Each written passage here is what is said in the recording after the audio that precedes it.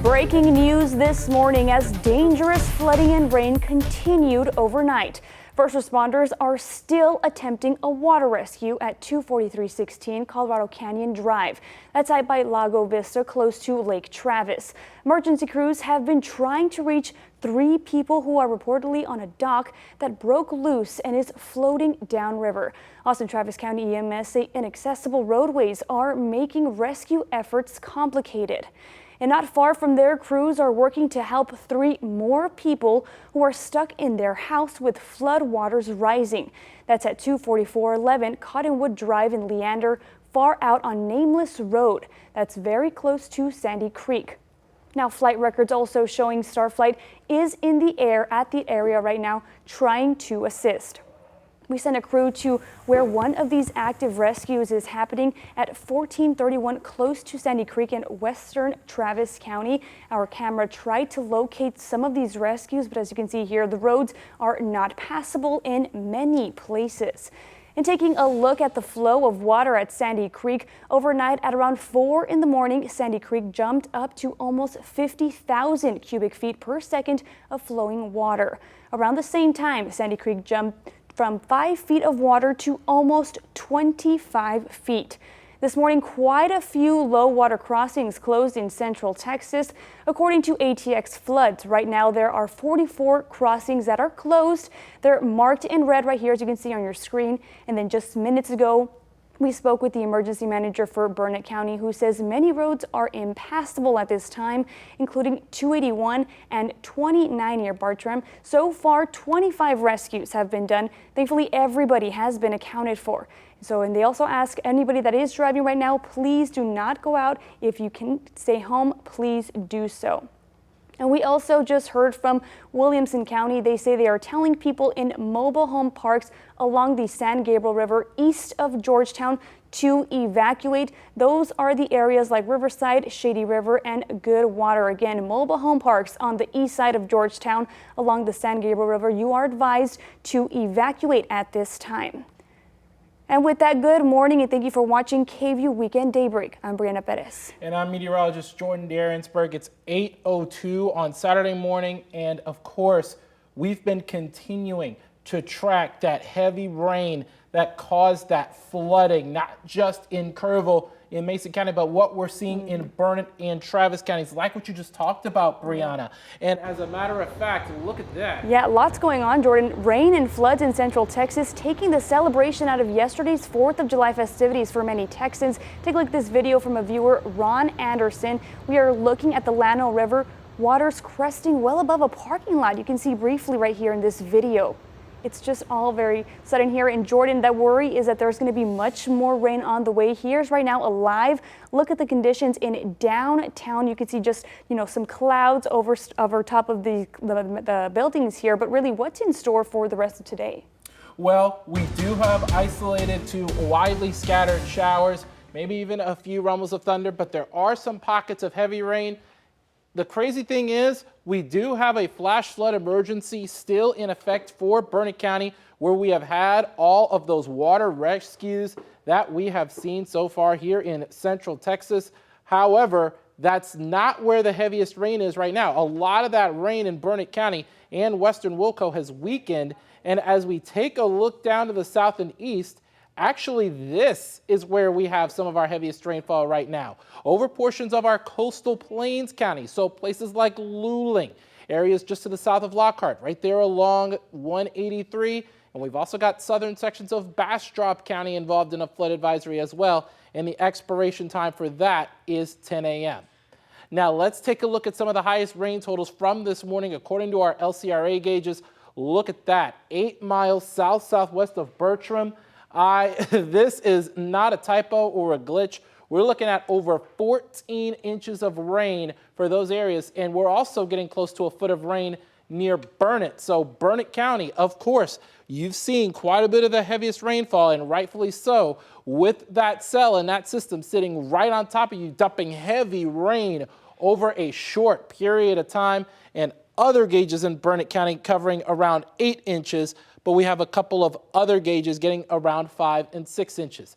This is good news for Lake Travis, of course. It really has risen over the past 24 hours, but we do finally have a drying trend on the way. I'll tell you more about this as well as the heat that is on the way associated with it in just a few minutes. But Brianna, definitely, if you're in Burnett County, you want to make sure you are staying off the roads this morning. Yeah, of course. Well, thank you, Jordan. And right now we do have KVUE senior reporter Tony Plahetsky. He is joining us on the phone right now. He says he's been in touch with local first responders. And Tony, what are you learning? What are they telling you at this moment? Yeah, Brianna, good morning to you. What we are learning from Austin Travis County EMS is that they are still responding to what they are describing as an unfolding situation. This is in western Travis County, and the epicenter for what is happening now, I'm being told, is along Cow Creek. That's off of SM 1431, again in western Travis County. Brianna, what the Chief of Staff for Austin Travis County EMS confirmed is that they've done about 24 water rescues this morning, particularly in low-lying areas and also concentrated in a mobile home park that is along the creek.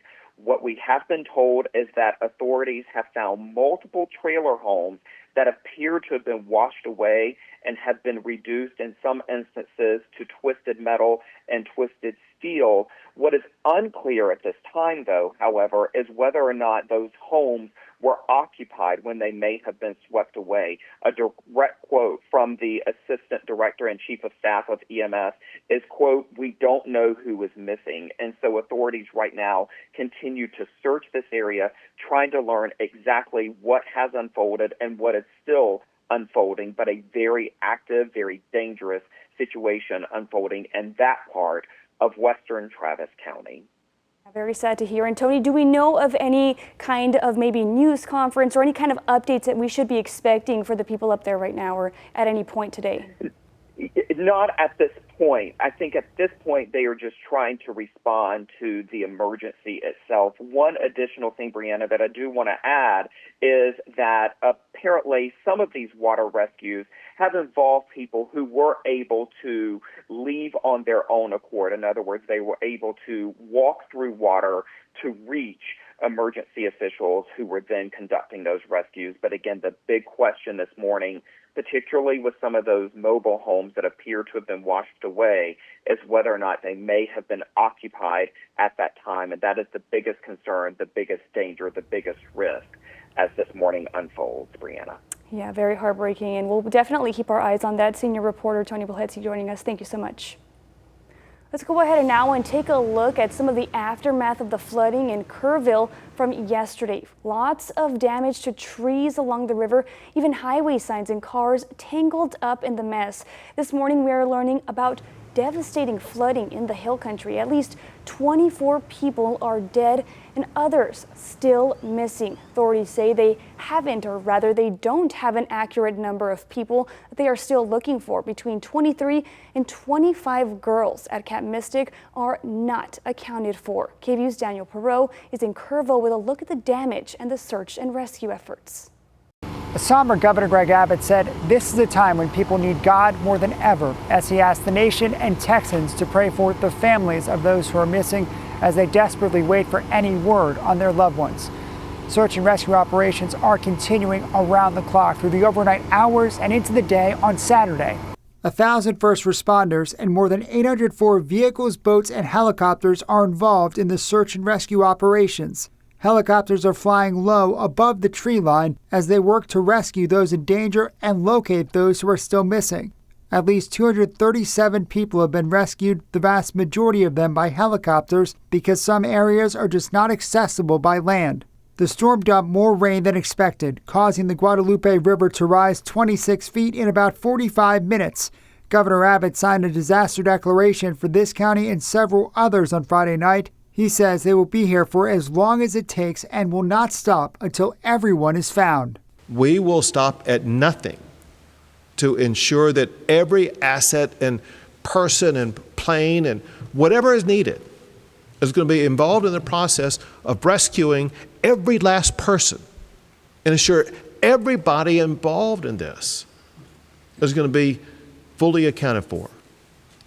As a part of this, The mayor of Kerrville says Friday was tough for his community and there will be more hard days ahead as they mourn those killed and families wait for word on their loved ones who are missing or not accounted for. Authorities say they're working on putting together resources to help out those families.